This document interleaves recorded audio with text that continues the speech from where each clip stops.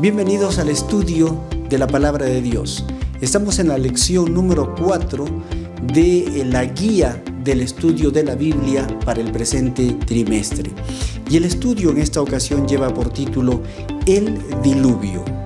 Vamos a leer el texto de Génesis capítulo 6, versículo 5, donde dice: Y vio Jehová que la maldad de los hombres era mucha en la tierra, y que todo designio de los pensamientos del corazón de ellos era de continuo solamente el mal.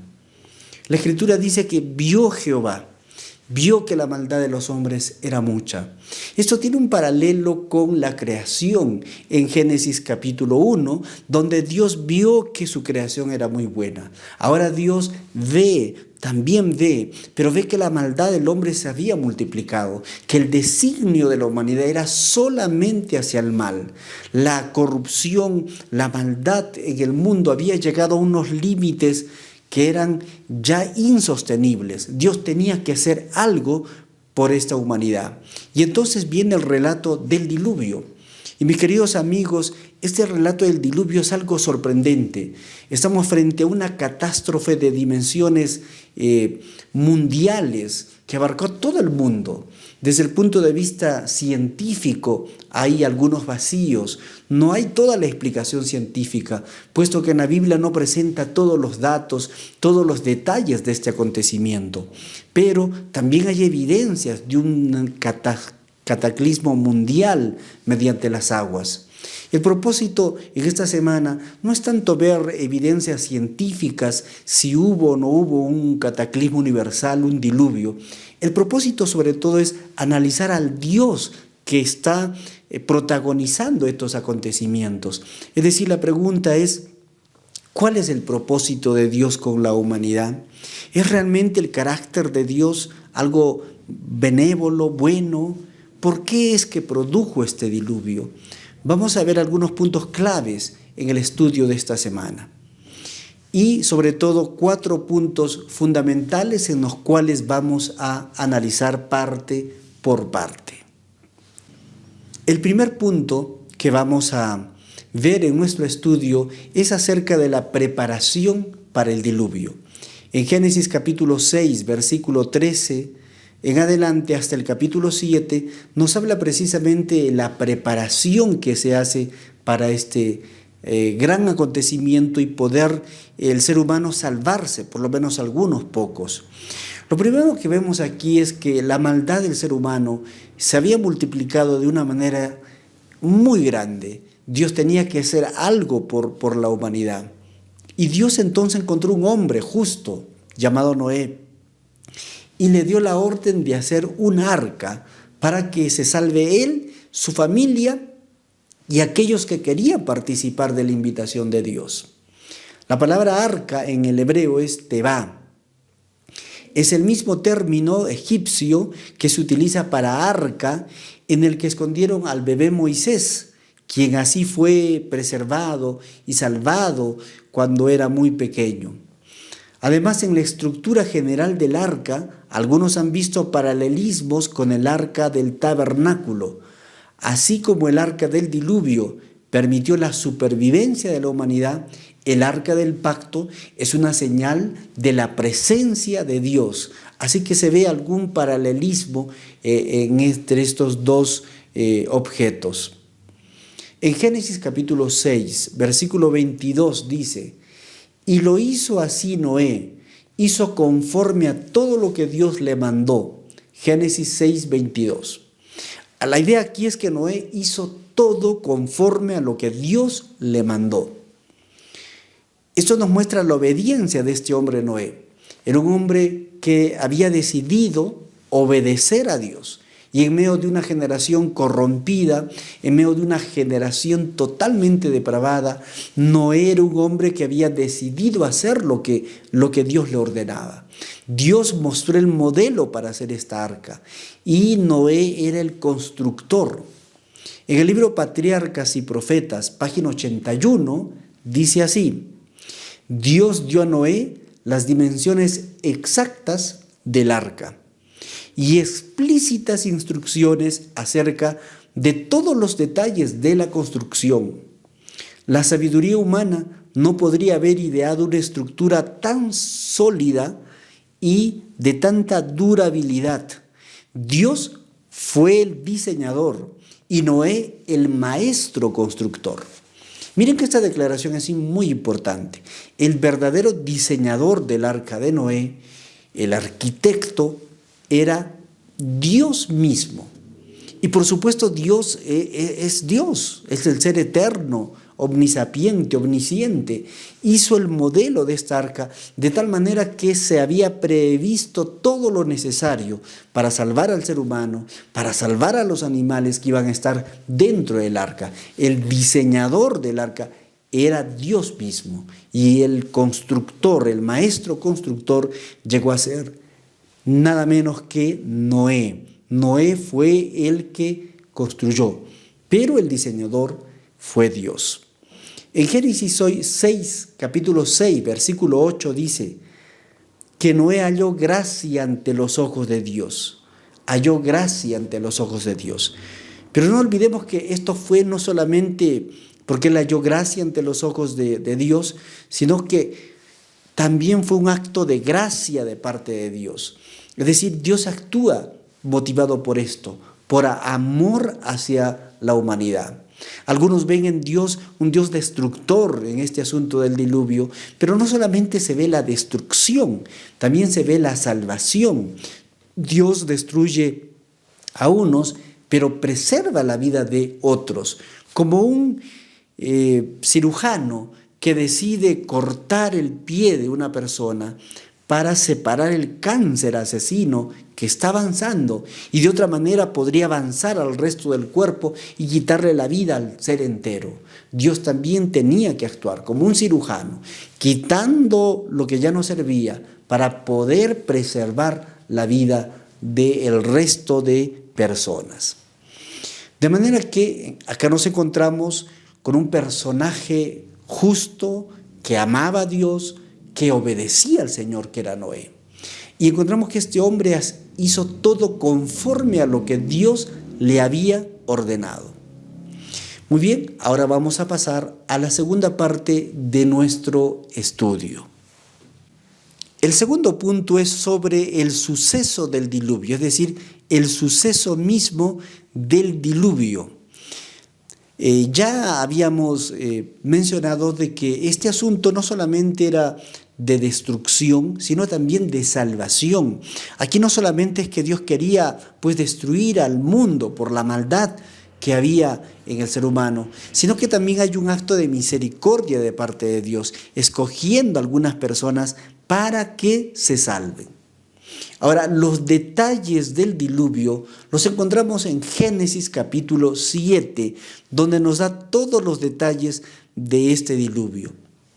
Sin embargo, encontramos algunos ecos, algunos paralelismos en el relato del diluvio y también con el relato de la creación. Ya desde el principio hay un contraste. En Génesis capítulo 1 es la creación y aquí en Génesis capítulo 7, 8 es la destrucción. Dios destruye, pero destruye para hacer una nueva creación. Hay varias palabras que se repiten tanto en Génesis 1, en la creación, como en Génesis capítulo 7 y capítulo 8. Por ejemplo, en la creación se habla de la palabra 7 días. También en el asunto del diluvio se habla de la palabra 7. De la misma forma se menciona macho y hembra en Génesis 1. Y aquí en el diluvio también se habla de animales macho y hembra que deben entrar al arca.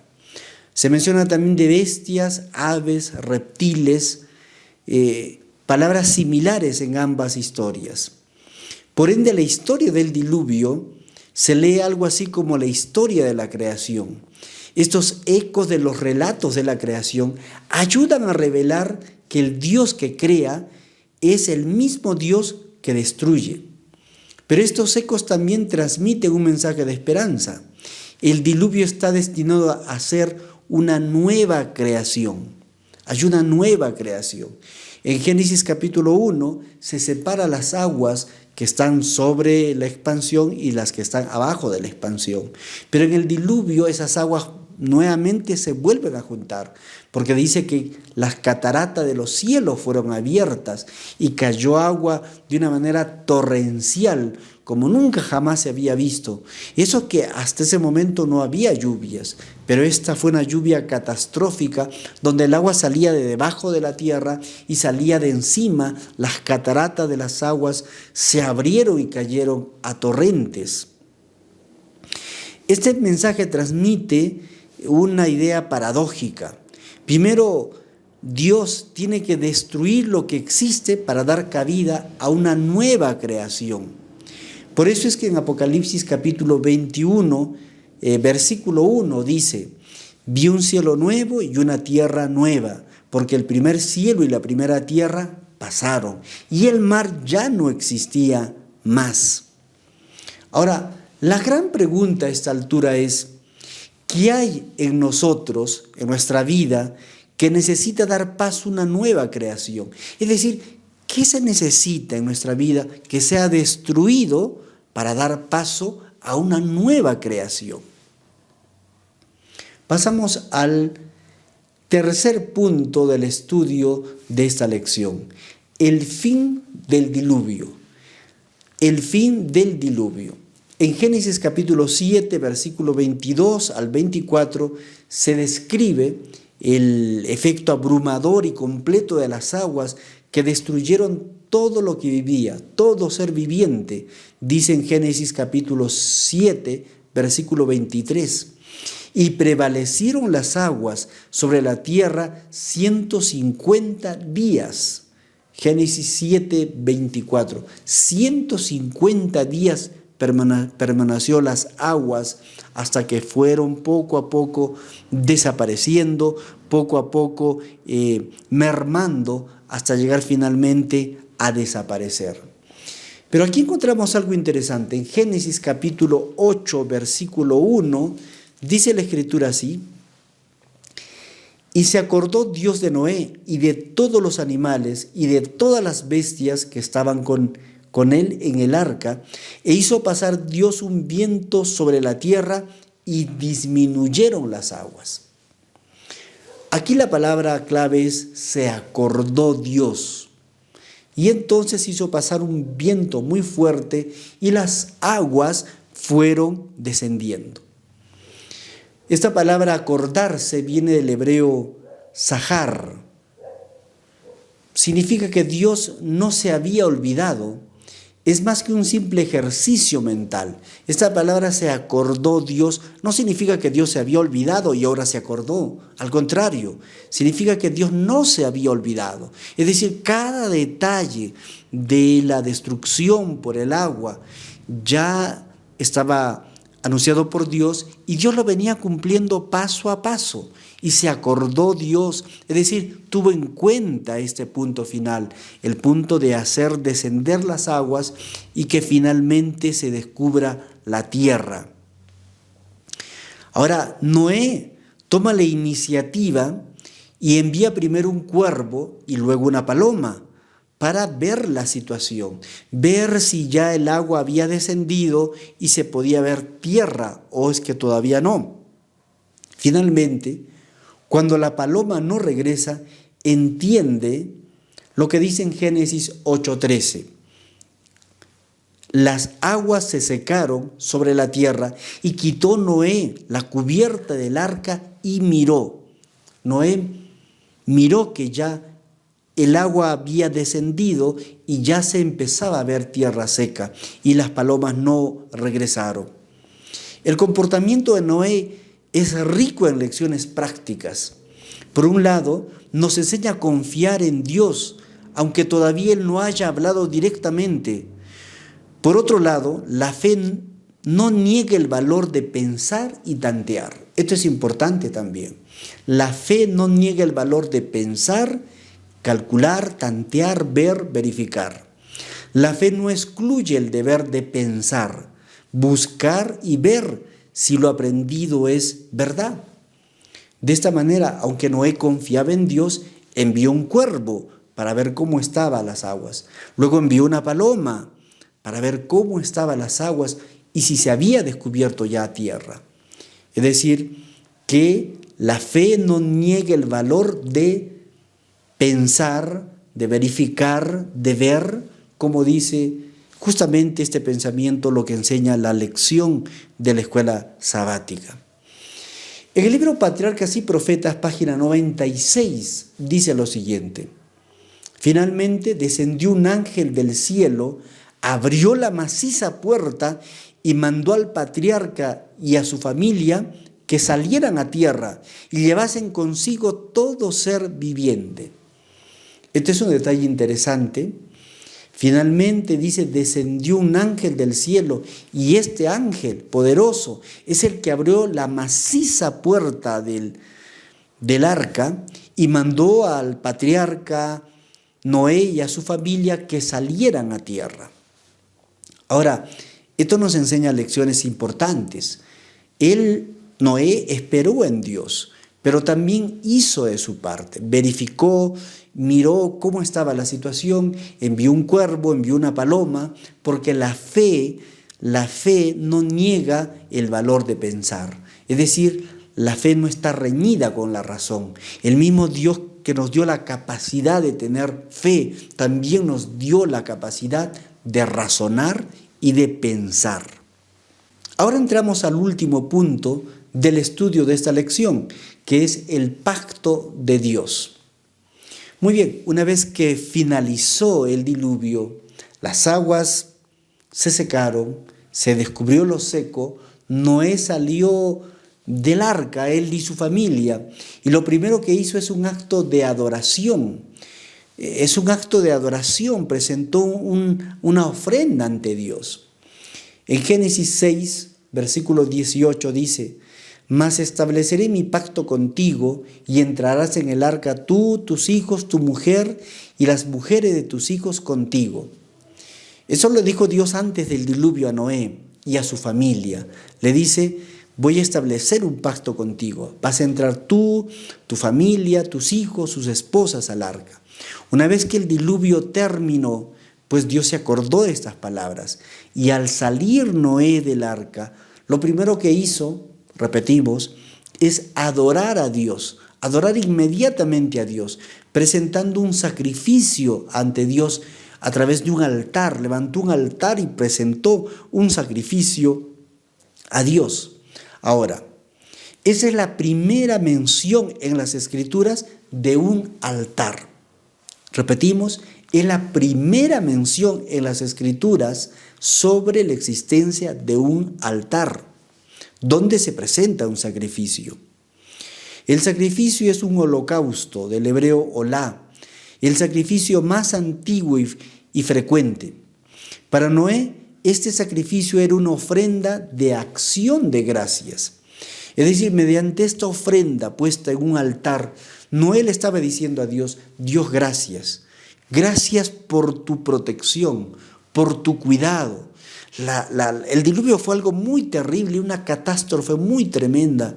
Ellos habrán estado con miedo dentro del arca, tal vez pensando que nunca las aguas iban a secar, tal vez pensando que en algún momento morirían allí. Les habrá causado algún momento de duda, de incertidumbre. Ahora ellos salen, dicen: Señor, gracias por tu cuidado, gracias por tu protección, gracias porque no nos has abandonado. ¿Cuánta necesidad tenemos de dar gracias a Dios por su cuidado, por su providencia, por todas las cosas grandes que ha hecho en nuestra vida? También tenemos la necesidad, como Noé, de decir: gracias, Señor, de agradecer a nuestro Dios. Ahora, otro punto importante que nos relata en Génesis capítulo 9 es sobre la alimentación.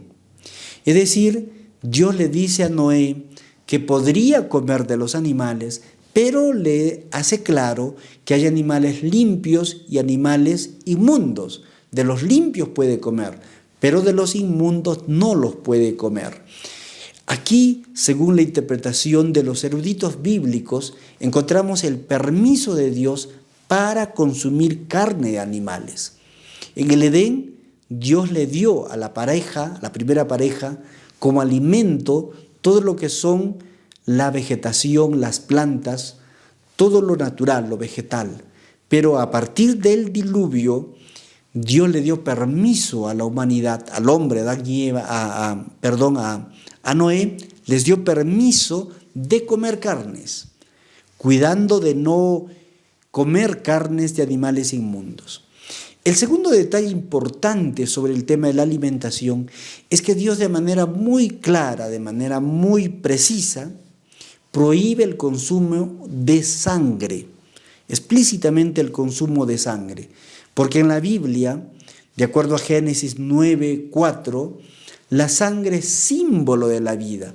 Así que además de los animales limpios y de los inmundos, Dios prohíbe de manera muy explícita no consumir sangre, porque la sangre es símbolo de la vida. Ahora, otro hecho importante es que Dios hace o sella el pacto con Noé mediante un símbolo muy gráfico, muy importante, que es el arco iris. Mediante este símbolo, Dios le dice: mira, nunca más destruiré a este mundo con agua. Este es el símbolo, la señal, este arco de que he hecho este pacto contigo. El compromiso de Dios de preservar la vida era un acto de gracia, no fue el resultado de los méritos del ser humano. La lección del estudio de esta semana en el día jueves dice claramente esto, que era un acto de gracia de parte de Dios. No fue el resultado de algún mérito especial del ser humano, un mérito sobresaliente del ser humano. Era un acto de gracia de parte de Dios que le dio a Noé y posteriormente a su descendencia. La palabra establezco mi pacto se repite 3 veces en Génesis capítulo 9. En los versículos 9, versículo 11, versículo 17, se repite esta parte, esta frase, establezco mi pacto. Ahora, este pacto de Dios tiene un paralelo con el 4.º mandamiento, que es el día sábado. Así como el sábado es un monumento de la creación de Dios y señala a Dios como un creador, así el arco iris es un monumento, un símbolo de la gracia de Dios, del pacto de Dios, de no destruir este mundo nuevamente a través del agua. Ahora, la próxima vez que veas un arco iris, piensa en todas las promesas que Dios nos hizo. ¿Qué promesas hizo Dios en su palabra? Que te dan aliento, que te dan esperanza, que te dan fuerzas para vivir. ¿Qué promesa? ¿Cuál de esas promesas? Es decir, el mundo llegó a corromperse de una manera muy, muy grande. El ser humano se rebeló abiertamente contra Dios. Hoy en día, mis amigos, vivimos en una época análoga, es decir, como en los días de Noé, como Jesús lo anunció. Un mundo de depravaciones, de perdición, de olvido de Dios, de desafío abierto hacia las cosas espirituales. Y por eso Jesús dijo: así será la venida del Hijo del Hombre, como en los días de Noé.